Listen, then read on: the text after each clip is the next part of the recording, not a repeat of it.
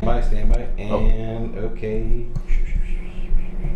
Rolling. Anytime. Give your name and just a quick, positions that you were related to Commodore and the Amiga.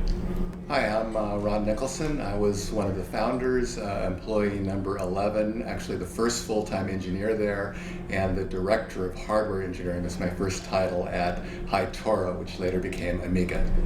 Okay. So as was mentioned, the beginning of the company was, there we go. And here comes Joe. So we just have to assemble. And you want me over here? Yeah. Okay. They're kind of shooting across the table this way. Yep. A little more? Yes. It's more artistic that Yep. And then eventually one of you will get really pissed and then walk up to the whiteboard and then we'll just be like recording someone like, no, it was like this. Here was it. We've done a lot. Yeah. God, go ahead and slide your chair down that way. Fantastic. Hi, Joe. I don't have the most Joe. exciting shirt. It says Can I get everyone to take their for artistic For artistic For reasons. artistic I know, I've got people in the film with their badges on, like kicking us. that's why I just took my Nobody, you guys get all hung. glasses off. Hey, As a documentary, I've had to sit through like hundreds of documentaries for like Tribeca and the other ones. You listen to the words. You're not like, Jesus, what's up with that napkin dispenser in the back? Like, you're like, oh my God, he killed a man, or oh, well, that was a thing.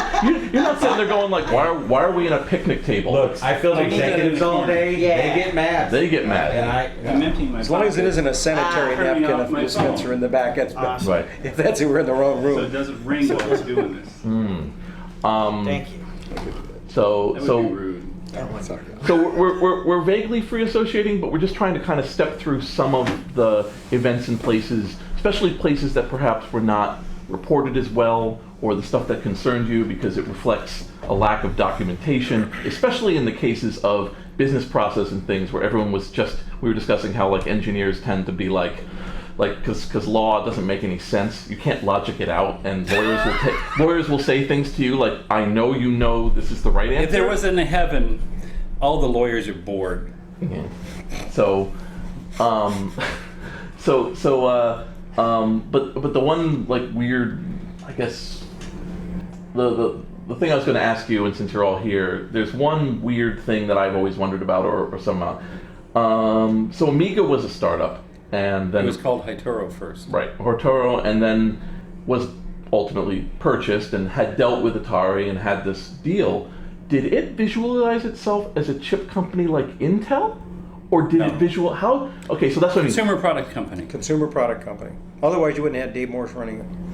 Okay. He was from Tonka. He's from the toy business. He deals with consumers. He's not selling merchant semiconductor to other people.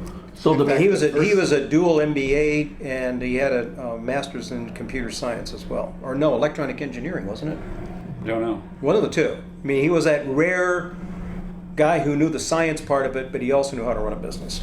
And the very first products from Amiga were accessories for the Atari video game machine because he wanted to get the brand name known in that space and also get the sales channels developed. He was really into the sales and marketing, developed that as the hardware guys in the back lab were doing whatever they were doing. That was his job. Okay. Yeah, and those products, up until the point in time when the video game business went kaflop, with Raiders of the Lost Ark and E.T., those infamous cartridges that E.T. single-handedly Windows. killed an industry for a few years.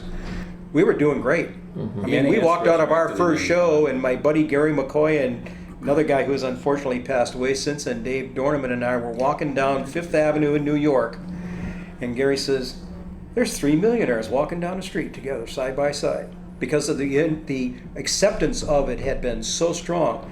And the people who were selling video games then were the people we had dealt with at Tonka. So we had instant credibility. And then when they saw the product and played with it, they went, holy crying out loud, this is the best controller I ever had. Remember, the Atari 2600 controller was at, CX40? It was bizarre in terms of it. And I'm one of the villains there. no offense, no was the offense. design of the joystick example of cost over quality, or No. one of a different factor? Quality over cost. Didn't even use the same switching technology anybody else used. It used a conductive rubber technology. that the harder you pushed it, the more it worked. And we were trying True diagonals, not two switch diagonals. Right. True No, diagonals. sorry, I meant because I was just asking for you, like the original joystick, because the original The original joystick. joystick was our attempt to take what was working in coin-op. Remember, we were a consumer That's very true. Yep. company in a different space. We're moving things home. We had to design things that we thought could stand tens of thousands of contacts, 100,000 contacts, and still work. I was amazed because I would go visit the people who had them set up in stores, and they would wear the rubber off of these things. They would use them so hard. We were trying to make sure they could survive that long. Because if they fail, they're going to call you up and they're going to whine, and then they're going to complain to their friends that they don't work. You don't want that. We understood that we were earning and feeding a reputation for quality. Okay. And that was a discipline that actually Apple didn't have, because as an engineer, I actually had to go in and solder new buttons on my Apple II game controllers twice. Okay, so yeah, that's the factor I wanted to understand. Yeah. So, I already asked you about this, but things from the Amiga history that you were concerned that the documentary in current form, we were just discussing the timeline of acquisition and interaction, that was off. But are there other things that are, and I don't care if you repeat, obviously, things where you're like, okay, people should know this. People should know this. Like, for instance, one thing should be known is your part in it. And that, unfortunately, because you had to go into stealth mode, your name doesn't just pop up out of people's minds, even if they consider themselves experts. Yeah, well, as we explained in yesterday morning's hardware design presentation, Ron and I both had ties to Jay Miner. I'll let him explain his background. My background was, I was lucky enough to get hired to work on the first Atari video game in the fall of 1975. And I was apprenticed to him the following winter. And we brought that product all the way to production, and I wrote a couple of cartridges for it on the way. And that, if you do a good job, you get to do it again. And so I got to be part of our second system, building what was both supposed to be a great personal computer and a great home video game machine in the same platform. And I was the main architect for that. And we brought that through to production, except that in that case, I didn't have time to work on any cartridges after the chips were working. I was busy writing all the production test code that they could use in the factory to make sure we got decent yields and that they failed on us in the factory rather than out in the hands of the consumers, right? I stuck around long enough to do that, and then I went off to build a telecom startup. I was off working on that telecom startup when several years later, Jay Marney called me up and said, hey, we're going to organize some kind of startup to do another video game or personal computer thing. He had been meeting with Larry Kaplan, and Larry Kaplan precipitated the formation of Hitoro/Amiga, but he wasn't actually part of it at all. Now, something I mentioned this morning, there are partition parallels in how the chipsets in the Atari computer are organized and how the Amiga is organized. On my last day working at Atari in June of 1979, I drew a block diagram, which was in that presentation, which is basically a preview of the Amiga. Although at that time we thought it might be a Z8000 or a 68000, and it was in fact a 68000. But yeah, we were thinking about it then, and I put it all down because I was working on telecommunications, and then Jay pulled me back in to work on this wonderful new machine. Okay. So, again, I'm just jumping forward because I'm right here with you. Is there a direction you wish computers had gone that they haven't? In other words, like, you have this thing with the Amiga, and the Amiga is this leap. And is there, and now we're in this kind of iterative trend that we make the cache faster, or we add a little more ability to do graphics, or we add another way to plug in USB and make it run a little faster, and it's all incremental. Is there any revolution left that you wish we'd move in, or do you think it's going to be on the software side going out? It's hard to know, but let me pan back. Sure. When we're talking in 1982 with Dave Morse, and Jay. He says, I want to be able to render cartoons in real time. He wanted to be able to animate 10 times better than you could in software. And that was our charter. Now, we were originally heading towards building the next monster home entertainment system. And, you know, Jay Miner always thought that the best home computer also plays great games. And the Atari computer was an example of that, and the Amiga system was an example of that. But when we were designing this all, we had a roadmap, and at the bottom was a machine with 32 kbytes of RAM, and trying to push the cost of goods down so it could sell for a few $100. You know, it would probably cost at least $200, maybe $300, but it wouldn't cost $5. As a monster game console, as a machine that could in fact render Smurfs scurrying around, right? But we also wanted to be able to expand it in increments up to something like an A2000 that has slots in it and stuff in between. And a lot of the stuff that's in my notebooks from 1982 we've built and shipped. Where it's going to go now, well, obviously we all carry things like that phone in our pockets that have astonishing amounts of processing power in them, and that's where people's eyeballs are, and that's where the game platforms have moved. And besides that, I'm not sure. There's a lady out in the hallway explaining, you know, virtual reality stuff, and that's taking it to another level. And you don't usually carry a virtual reality thing along with your cell phone, but maybe someday, you know, you'll have a wireless connection to your virtual reality headset to this thing in your pocket that you used to call a phone, and maybe it knows from GPS where you actually are, and then starts drawing a virtual reality over whatever you're actually seeing. It gives you directions, real-time directions. Amongst other Gosh, things. maybe we finally found a problem for Google Glass to solve. Okay, the killer application for Google Glasses. Okay? We all walk around and we keep trying to remember names. I want the Google Glasses. Google already has face recognition that's so good that it's considered a privacy violation in most of the EU, and it's not legal to use there. That's one of the impediments to selling lots of Google Glasses in the world.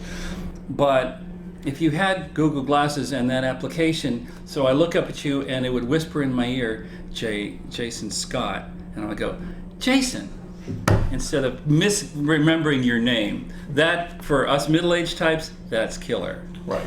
But it is going to lead to that. It is going Thanks, to, Ben. Yeah. Oh. It's going to lead to a very strange social situation where people are like, hey, Steven, how you doing? And they're going to start to realize that, like, you looked in the corner, didn't you? Yeah. All right. So let's make sure that we again are covering. You know.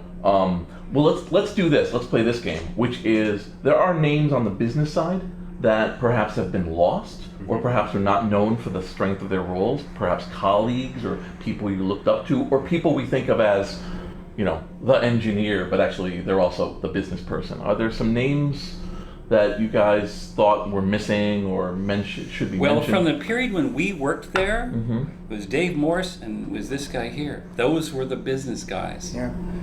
And they were making reasonable decisions at the time.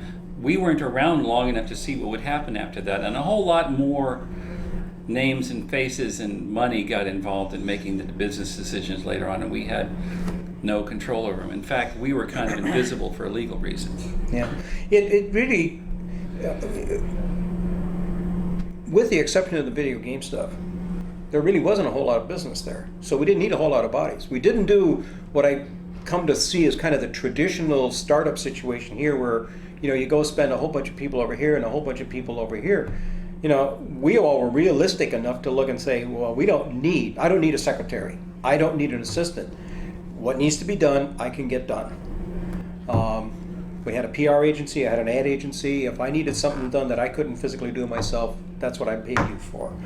So the non-engineering side was extremely limited. Gary McCoy, who was the VP of sales, my counterpart. When we started selling video game accessories, everybody in the industry knew Gary, and they knew he was a straightforward, straight-shooting guy from Oklahoma. Still talks like he's from Oklahoma. I hope you see this, McCoy. And they accepted it. Gary said, we're going to ship it, it's going to work, you're going to love it. And you're going to get any returns on it. Boom. That's all he wanted to hear. Gary, if you say it works, we're going to buy it from you. A couple other guys that we had that weren't resident here, but we had our Central Regional Manager, Greg Lee, and an Eastern Regional Manager, Dave Dorneman, both of them also ex-Tonka. We were not well received at Tonka for about 15 years because within about 6 weeks, we bailed and left them pretty much without a sales and marketing department. But that's a whole Tonka story, which you can do another documentary at another time. How to screw up a really good toy company.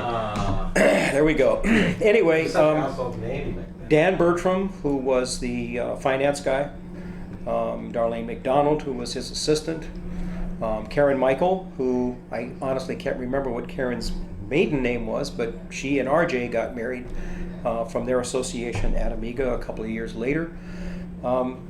That's it. Mm-hmm. My wife, Lori Jan Rush at the time, Lori Jan Reisinger now, was the one secretary / admin / go get coffee / go to Costco and get this, go to here and get this, go to Fry's when it opened. We were all there the first day Fry's opened business in Santa Clara over on that. And guys, the marketing guys went in and said, wow, this is really interesting. The technical guys went in, look, we can buy one transistor. And we did. And we did. And the women went in and said, God, they got pantyhose. So it was you got to give the Fry people credit. They understood the mentality of the Silicon Valley, and they really made it work. But That's why it started here. that's why it would have failed anywhere else, but it was phenomenal, as we all know here. Right. So but that's it. That's the whole non-engineering side, non-development side of the whole thing. We did have a reception. With one addendum, apparently. Yes. I wanted to add something. Sure. Larry Kaplan, who helped precipitate the formation of the company, he wasn't involved in the business from that standpoint, but he was one of the 4 founders of Activision. Activision is still in business almost, what? Well, 35 years. Yeah, right. And that meant that they were completely aware that we were building a monster game player. And if we, Jay and I, and the rest of us went to them and said, we've built this monster game player, Activision would have been all over it. They would have been providing our launch titles. They had a great earned reputation already. I think if we had actually come out with our hardware and their games, it would have been killer. Mm-hmm. Is there any reason that didn't work out that you know of? Because we went through struggles and we had to, as they say nowadays, pivot. Mm-hmm. This thing became a color computer, a color Mac, if you will, instead of a monster game player. Mm-hmm. It didn't come out with 32K RAM, it came out with 128K RAM, which is higher cost, different packaging, all kinds of stuff built into it that it wouldn't have otherwise had. Very tough to make cartridge games for. When we hired the initial software team, we were talking about a game machine of a few $100s. They were so disappointed when the price point kept on creeping up and up and up and up. They said, $700 my little brother wouldn't be able to get one for Christmas at that price. That's right. That's essentially. Remember, there's been a lot of inflation since then. Right. That's what I mean. That's essentially the problem with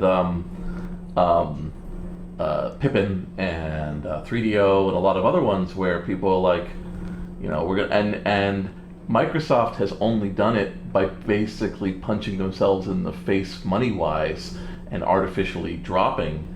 And even Sony has gotten to this thing of like, look, the first 2, you really like them. The console is the loss leader to make the money on the cartridges. Right, and their business model is now to so heavily control the channel that they can control the software and make it back. But when you look at the numbers, and I mean, you look at the failure rate of the Xboxes, like hardware-wise, where they're still... That's a long story. I was involved in that later. Yeah, I mean, but that's what I mean. You look at it and you're like, that's the bloodbath that you guys were able to avoid by becoming a computer, as opposed to to a degree. I think the business plan always, by the time it actually got to be an Amiga business plan, always had the concept that this was a very high-performance computer that also played great games. It was the J minor philosophy.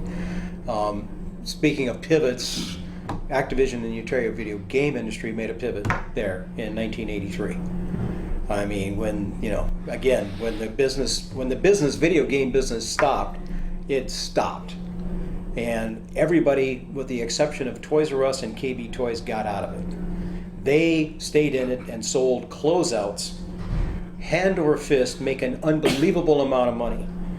They were happy when Nintendo came back in late '84 and said, "We're going to bring you this much better game system."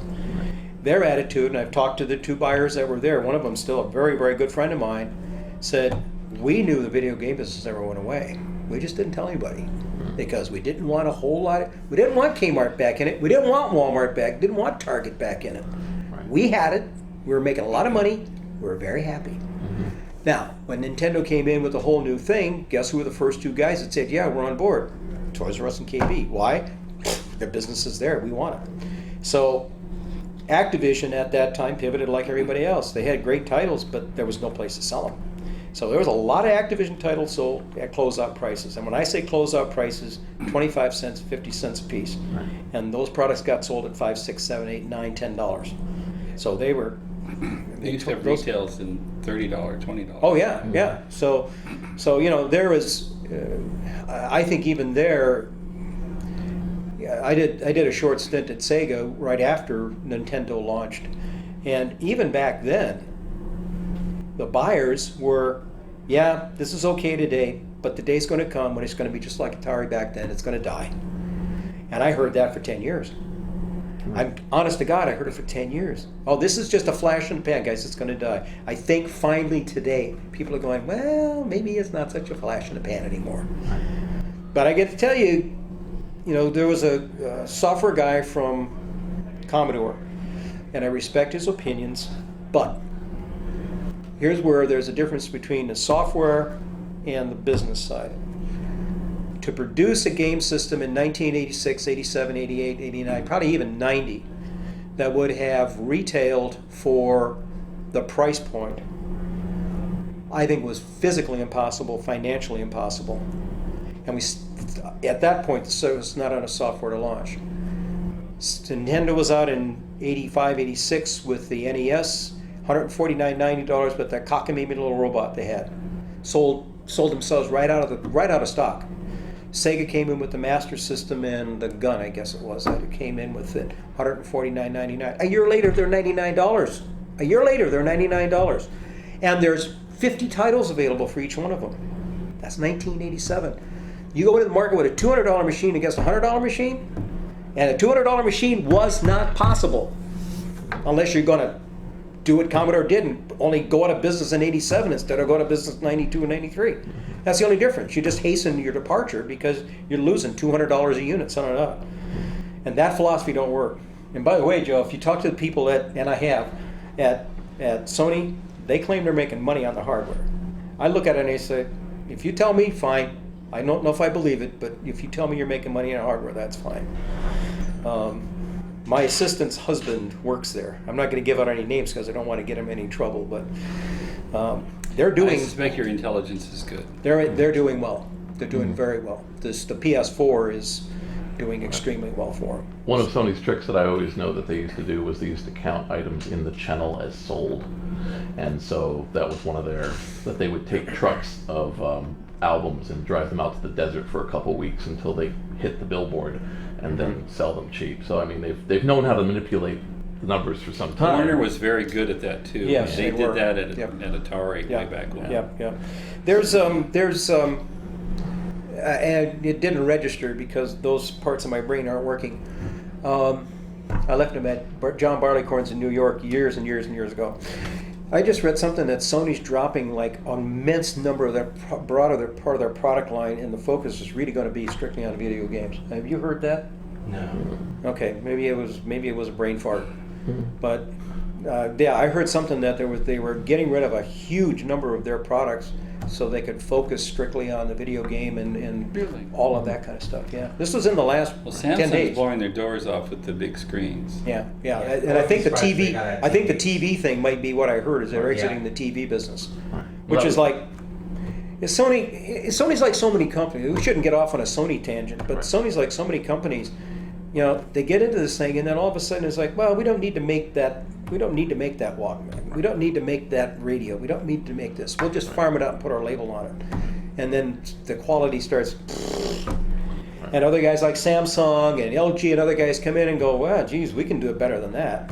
And so they do, and one of them gets this little chunk of the market, and another one gets a little chunk of the market, and pretty soon you look at it and it's like, holy crap, there's nothing left for me. Right, Sony's very good at having a building somewhere in Malaysia that's 3 floors that does all medical imaging. It's called Sony Medical Imaging, and then you just never hear about them, and they're just there, and one of the things they do. Yeah. So one of the big, if you want to call it ghosts in the room, is one of the things the documentary really misses, other than an accolade, is Mr. Morris and Mr. Miner as forces, as people, as drivers of things.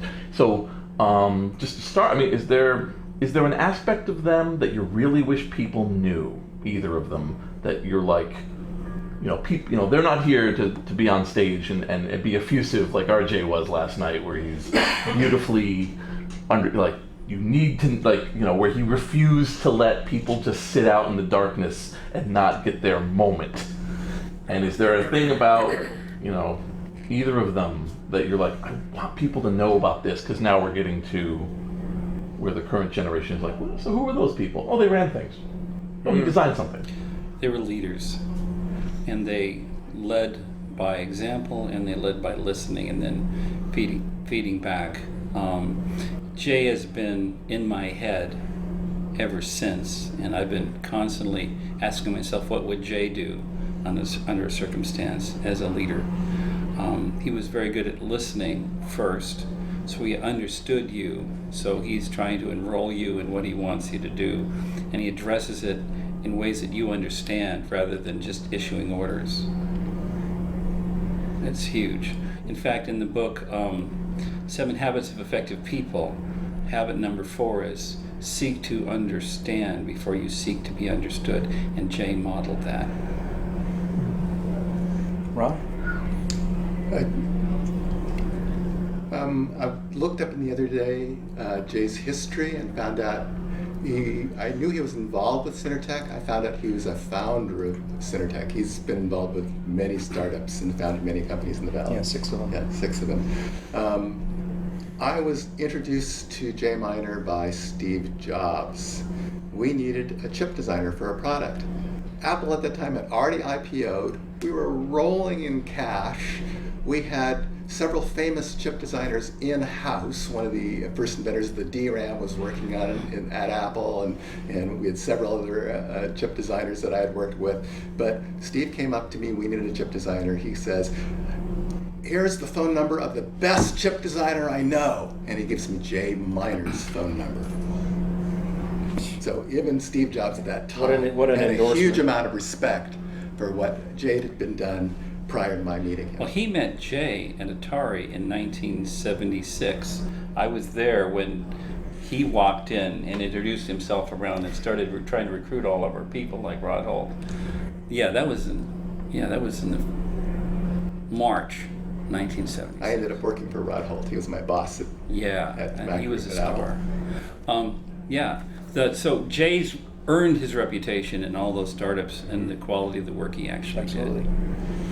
One of the things that Jay told me, we were going through different things, and it may have been after the monstrous failure of the Joy Board. He said, Don, one of the things I've learned here in all of my years in doing things is just because you can make something doesn't mean you should make something. And I have carried that philosophy with me ever since Jay said that. And I have often looked at something and said, okay, it can be made. Now, should it be made? And about 3/4 of the time I go, nope, just walk away from it. And so I had a long history with Dave Morse. I left Sears in '77, started with Tonka in the field in Detroit, Michigan. And I didn't get Kmart because it was a national account, so I was bouncing all over Michigan, Northern Ohio, Northern Indiana, calling on, and you probably can't use this, no, I shouldn't say that, because they were actually pretty good customers and pretty good people. But they were small retailers. My biggest guy was Meyer's 50 Acres, which was these huge hypermarket type stores that are still there and it's now a 160 store chain doing like $20 billion a year. But he was my biggest account. And after a year, Mego Toys made a run at Tonka. And a lot of the people at Tonka got very afraid of it. They didn't want to work under Amigo because it was the people thing. It was a people thing. And so there was a lot of people bailed out. And there were some other problems endemic into Tonka, then they bailed out. All kinds of openings happened literally within 9 months after I started. And my regional manager said, you need to go apply for one of these jobs. And I'm going, I haven't even been here a year. And he said, I know, talking to the other regional managers about the other salespeople, he said, and I know what they're talking about you. Believe me, you have moved fairly high up the food chain here pretty fast. So one of the things is these guys talk about going home and painting their house in July because there's nothing to do. You're out in the field opening new accounts. It's like, that's not what I was supposed to do. And so I interviewed with Nick Schaefer, who was the VP of sales. And, I'd known Nick a long time. And it's like, well, it's going to be tough for me to promote you into this position because there's got other guys that have been here longer. And I said, I understand. I'll go back to Detroit. That's fine. He said, but Dave wants to talk to you. I said, Dave wants to talk. What about? He says, no, I'm going to let Dave talk to you about that. So we're at Toy Fair in New York. This is one of our little offices, very much like this. And he comes in there, and Dave had this kind of a funny habit. He'd sit back there when he's talking to you, and he'd go like this. Remember that? He'd do this. And it was kind of distracting, and I'm going, So I'm modeling Dave. Yeah. But it would be like literally, he'd kind of cover his head like this. And he never got away from that, by the way. And so, Verbal tick. Physical tick. Yeah, verbal tick. So he said, what are your thoughts about moving back to Minnesota? And I said, to do what?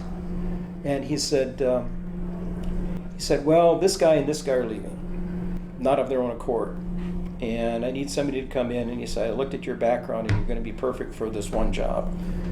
And I said, geez, okay. I said, I know I'm going to be interested. My wife and I are both from Minnesota. It's coming home. Her parents are there. My parents are there. Yeah, we were interested. So he said, when we get back, here's what you got to do. When you need you to bring a year in the territory first, you go do that. When you basically made your calls, you let me know, and we'll bring you into Minnesota and interview. So I interviewed. I talked to this guy, this guy, this guy. I mean, it couldn't have been in Mound for more than about 4 hours. Comes down and says, well, when you're done, come back to the office. And so I figured, well, I'll come back to the office. You'll take me back to the airport. And he said, I wanted you to interview these other guys, but he said, you have the job before you go. Here's the deal. And I was very flattered and started like 2 weeks later. And we had a very strong relationship because much like some of the stuff that was already in the documentary earlier, he appreciated someone who's a straight shooter. And Charlie Weinschreider had been brought in to be the president, and I knew Charlie from his days at Fisher-Price. And it was the same thing. He said, you always treated me fair when you were at Sears. I didn't like it all the time, but it was always fair. And when I walked out of those meetings, I said, there's a guy who's doing his job. He's looking after his needs for Sears, but he's trying to let me down easy so that when something else comes up, I'm not afraid about going back to him. There's no animosity. I'll go back and talk to this guy again. And so the three of us went ahead. The Mego thing got really hot. They literally started buying stock left and right. And then the bailout happened. We ended up going from, I think, 12 people to 5 in the internal sales and marketing at Tonka in about 3 months. So for a period of time, Dave came and he said, Don, he said, Nick needs you to help him on sales. I said, okay, but I need you to keep doing your job here.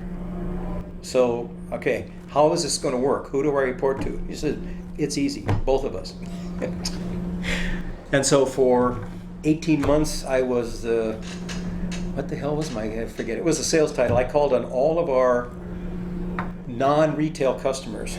So we were doing 150,000 units a year with Chevron. We were doing about 100,000 units a year with Shell. We were doing about 100,000 units a year with Coca-Cola.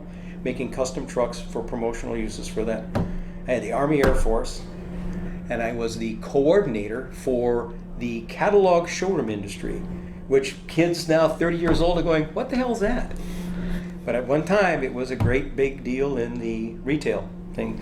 And then I was doing my marketing job on top of it. And then about 18 months later, they brought in a marketing guy. He took over that part of it. I focused in for sales for a while. Started thinking about leaving Tonka because there was all kinds of management changes. And I can remember this as if it was yesterday. I get a call from the chairman of the board. And he says, this is like the day before the 4th of July. He says, Don, it's Steve Shank. I'm going, it's like, why is this guy calling me today? And I said, Steve, he says, the word's out that you're looking to leave.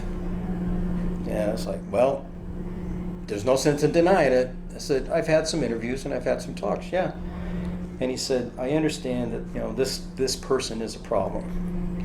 And I said, well, there's definitely part of the problem.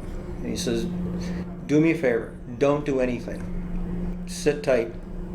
We're taking care of the problem. And they got rid of the guy and brought in, some different management. Basically put Dave in control with this other guy had been in control.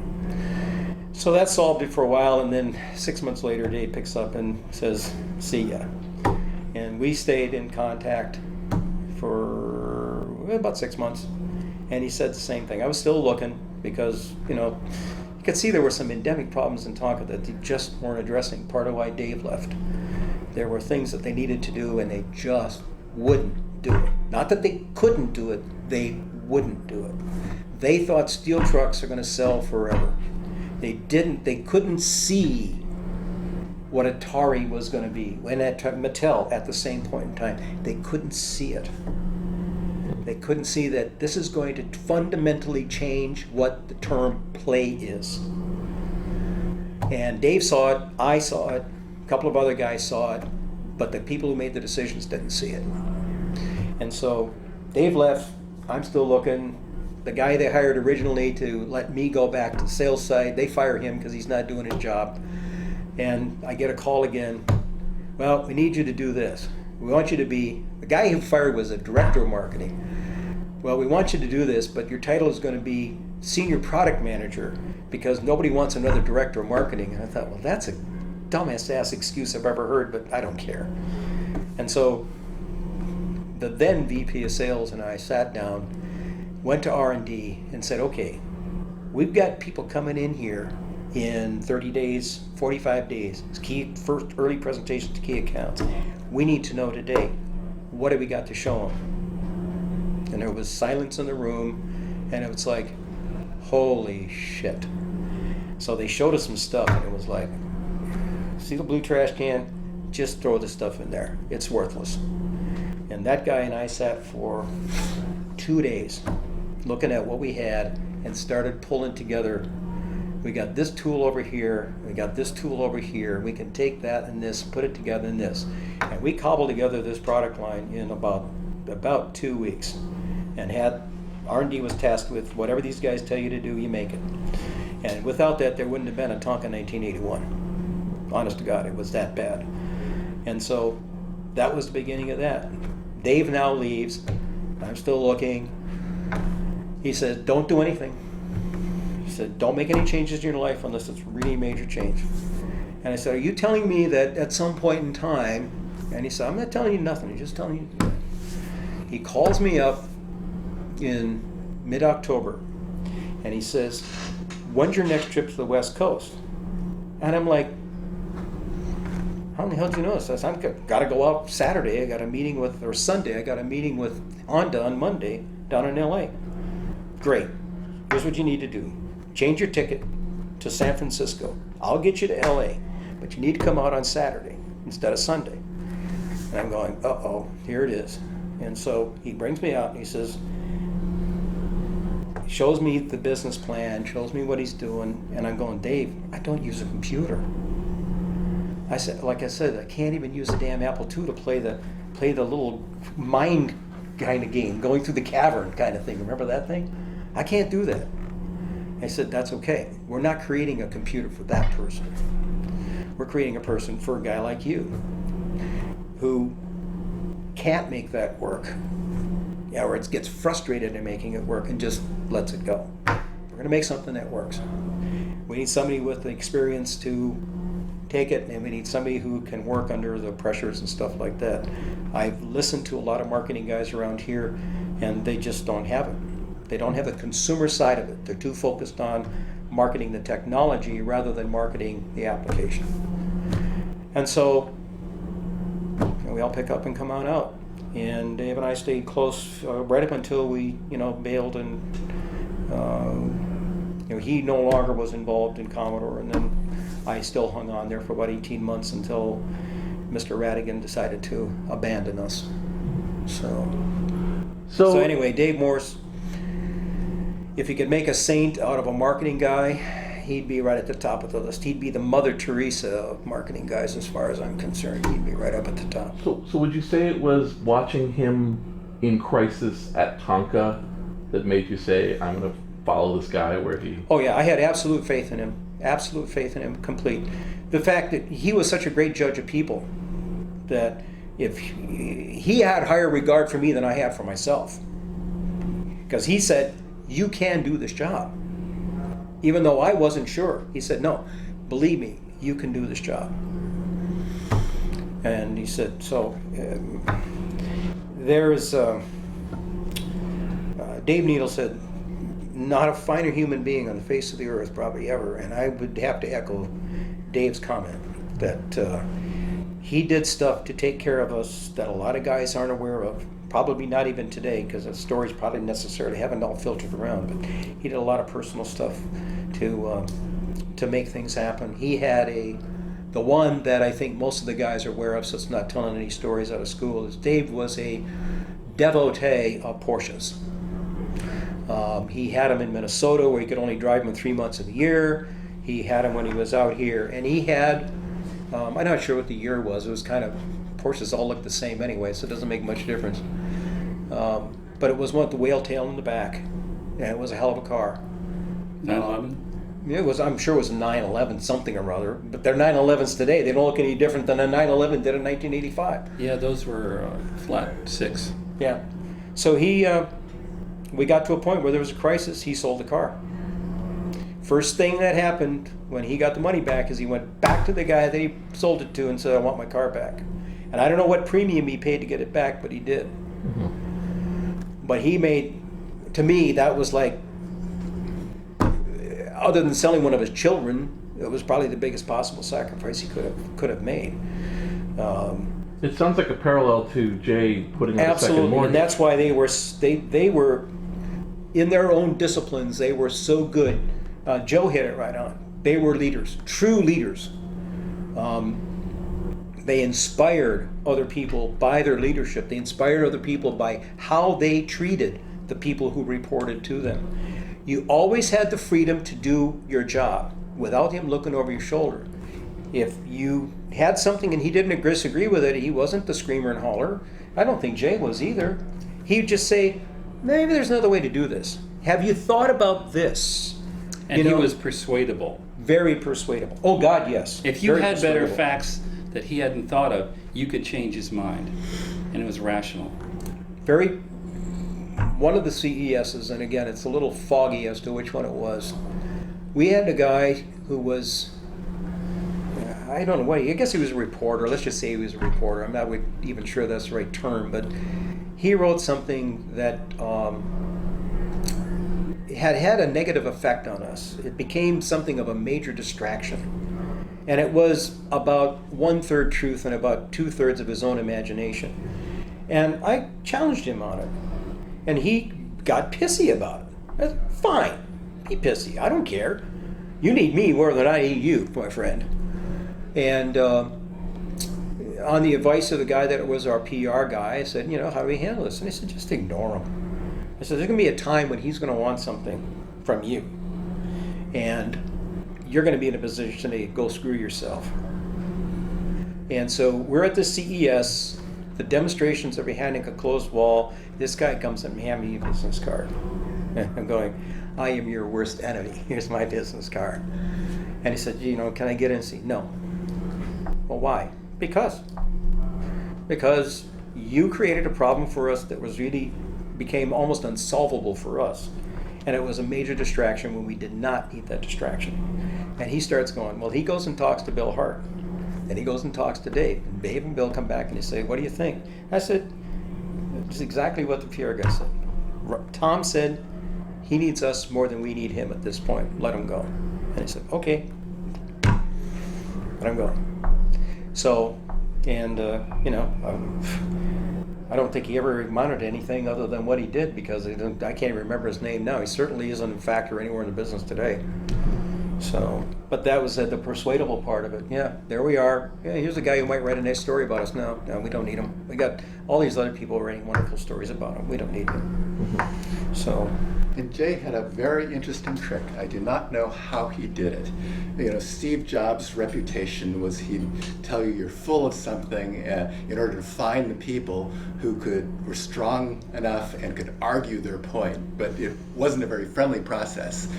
Jay would have the same way of pulling a creative, you know, effort to really convince him that you could do something well without.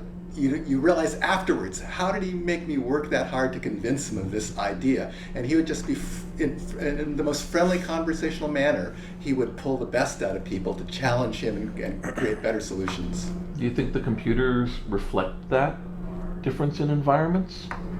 Certainly in engineering. Let me mention something. Sure. So my first work day with Jay is at the end of February 1976. I sit down in his office, and I'm talking about writing up some memo, something. He says, you know, success has 1,000 fathers, failure's an orphan. Now, the cynical way is, I get the credit and you get the blame. But I talked to him and I turned it around, and my synthesis of what he said is, business is a team sport. He matters, he matters, and the software guys matter, and the production tech support people matter, and the people doing quality assurance on the chips matter, and everybody else up and down the food chain. It's not two people in a garage that make a success. It's a whole constellation of people that make a success. Treat everybody with respect. So, asking myself the question, what would Jay do? Several years later, I'm a senior VP at a company called Everex in Fremont, California, and I've got 250 people in my reporting chain. And from Jay's point of view, I made sure that our people were talking to production people. I made sure that they tooled them up to build, you know, with all the hardware and software tools it took to make the products in quantity and keep the tech support people relatively quiet. And then go to the tech support people and find out what their top 10 items were and come back and plan on fixing them. And that's just implementing the lessons I learned from him. That's probably the other thing is, I don't think we've said leader, but also teacher.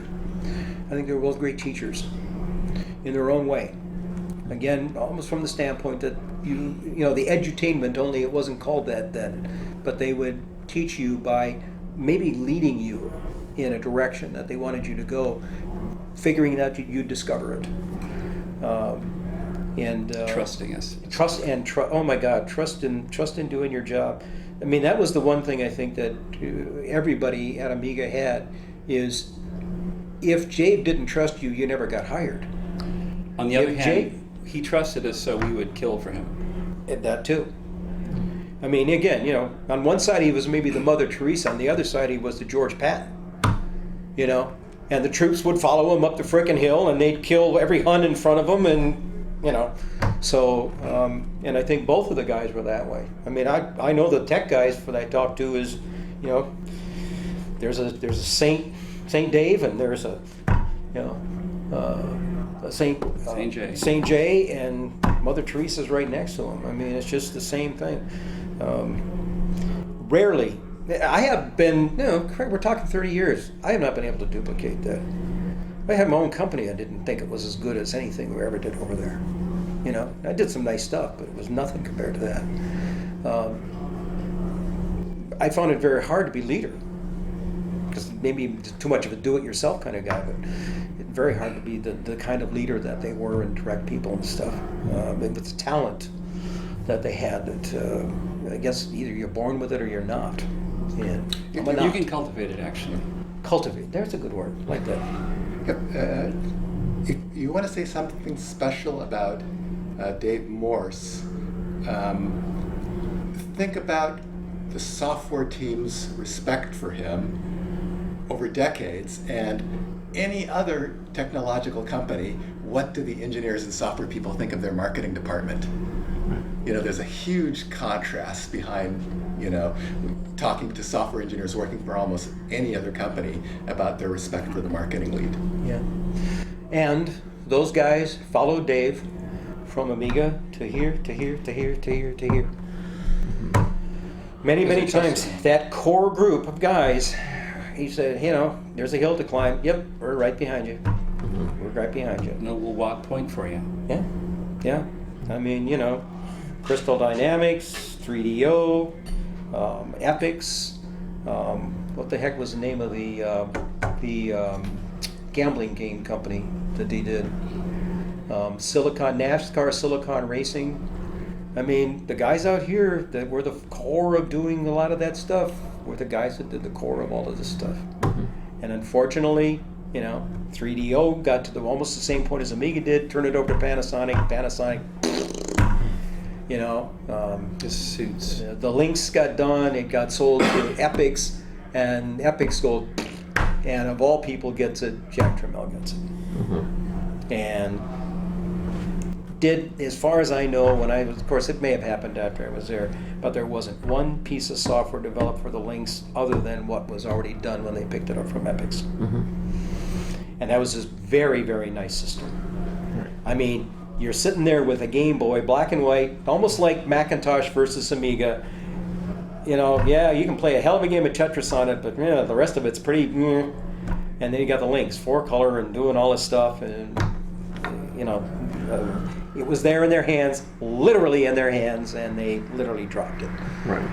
Yeah, there's definitely a thematic, again, you have a thematic thing of people, I think the end users have a vision that a product will, like an animal, evolutionarily become a predator. Apex predator isn't the way to put it, but will win because once it's made, it crawls out of the engineering lab, and then people go, well, compared to that one, you're much better, and then it moves on, and then it becomes the belle of the ball, and then there's 6 billion of them. Yeah. And that there are a lot of beautiful, engineering, movies, books, things that languish somewhere because nobody knew how to explain what they saw. Yeah. And then later, morons like us come along, film it, and be like, this is 84? What are you talking about? Oh my God. What happened? It's a little plasticky, but oh my God. Yeah. And that's, I think, hard. The thing is, one of the things, oops, sorry about that. Just kill it. Jesus Christ. We'll get a tub of water for you. Yeah, definitely. One of the things that I think has dramatically changed and was part of the reason that a lot of those products didn't do as well as they might have done is the retail environment in the past 5 to 10 years has changed so totally dramatically. I believe today, from a marketing standpoint, you could take a superior technology and with a combination of support from Amazon and maybe 1 or 2 other online guys alone, and a very strong social media program with the ability to develop a followership, you can literally create that seed market that then drives it out to the brick and mortar. People have, if you're not selling Amazon, you generally don't have a concept of just how powerful they are. In the hallowed halls of Walmart, probably the one thing that gets talked about more than anything else is that goddamn Amazon. And what are we going to do? I think it's just this week, Amazon has surpassed surpassed Walmart as the largest retailer in the world In market cap. in market cap. So now, that didn't exist, even close to exist in 1984, 85. It sure didn't even exist really in 1995, 1994, 95. Probably was rolling well in the 2005, but boy, it's sure as hell a lot different today. There are companies upon companies upon companies that ain't selling one piece of their product through brick and mortar. Why? They don't need to. I don't need to go call in the buyer and have the buyer give me all the reasons I'm going to fail. I'm going to let the consumer make the decision. And I can tell you right now, a good social media person, if you don't have one on your marketing team, you are an idiot. Because you can drive a lot of business right now with somebody that really knows what they're doing and can create that community and get that community to help you do your promotions. We did one. Know where I can get one? We got a movie to sell. Yes, I do, but you ain't getting her. So We did one on ours, our best-selling product. So obviously, there's the readership of the universe for it is very, very large. In a 3-day window for a promotion, she got 725,000 hits on Facebook. Now, my thing is like I said, I'm an ABC nuts and bolts marketer. I look at guys that going, here's our advertising program for pet age. Here's our advertising program for phyto-friendly, which is what we're dealing with. What's it cost? It costs $4,000 for a full page ad.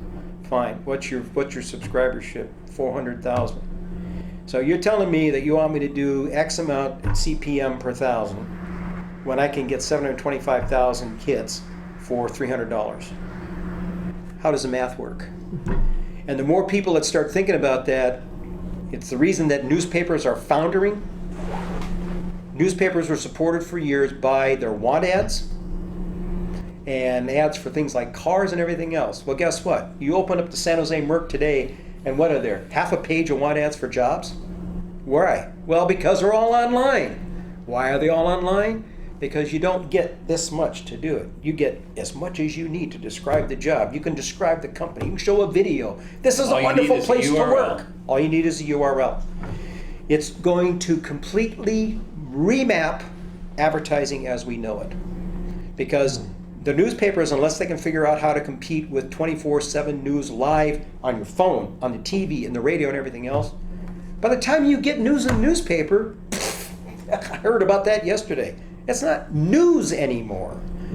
And without the advertising, the Merc just went to $2.50 on Sundays. Guess what? I bought my last Mercury News when somebody said it's now $2.85 with tax. It ain't worth $2.85, and that you can't print. So, And the comical is $3. yeah. So, vaguely wandering back into the sea of Commodore, there is. Oh, is that why we're here? That and Amiga. Well, That and Amiga. sorry. But I think an Amiga today, Well, I mean, Amiga today, with the marketing you could bring to it with the right people and the right stuff to support it, I'm not so sure that you couldn't create a rather large community that would go after this thing. And it's something that I've thought of here, and to be honest with you, because I hadn't thought about Amiga other than probably 5 times in the last 20 years. What would that look like in your view? Like what, an ecosystem of software products, or like what is that? What would an Amiga be? Like what are you selling? I mean, it's not hardware, right? I mean, I think there's enough computer users out there now who have had their laptops and their desktops and everything else and are doing everything that they can do, that you could bring in this concept of here's a new system that does all of this that you really can't do with anything else. This is kind of like my business.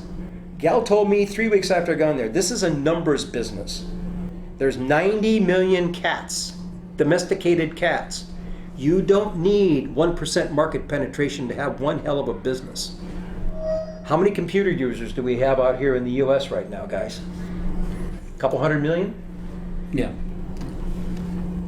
The people who aren't. How big a penetration do you have to have of 200 million users to have a business?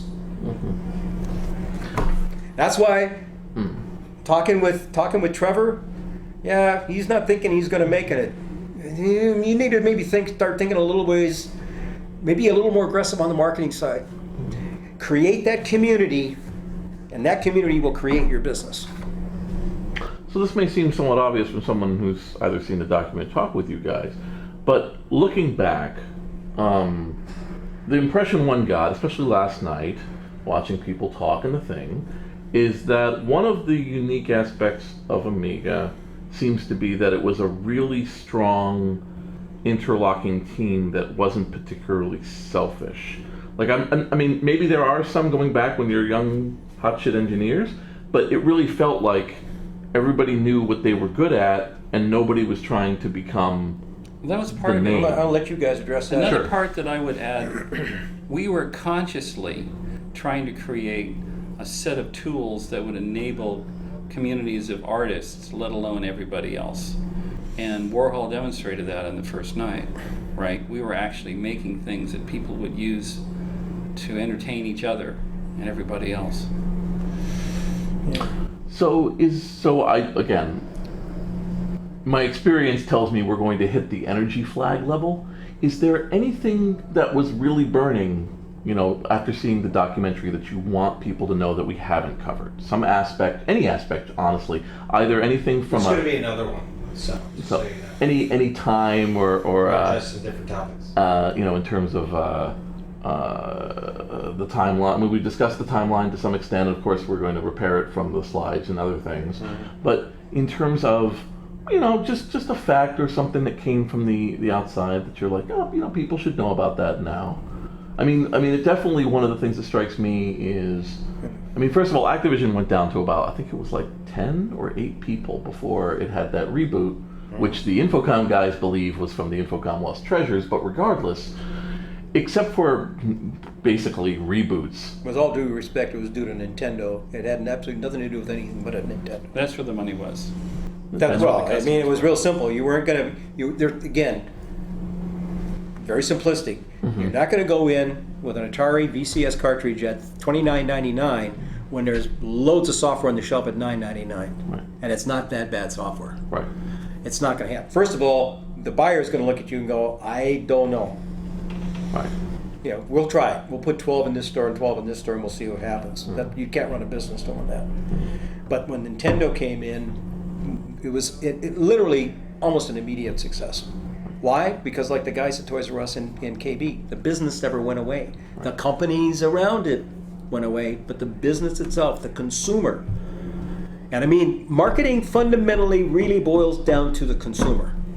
The schmeckenflackers in Boise make the decision of whether your product is a success or not. And whether it's a success or not depends upon a few things. It depends upon the product itself, it depends upon what your price you're asking for it, and how you make them aware of the fact that it's even on the shelf somewhere or on a URL somewhere. That's what it really boils down to. Mm-hmm. And, Activision saying the business is over, or maybe that's not a good example, but there's all these other companies that went out of business. They didn't think about the consumer side of it.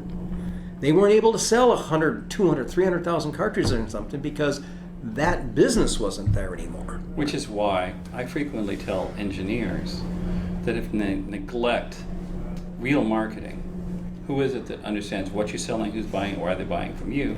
Engineers who neglect real marketing will work for companies that die.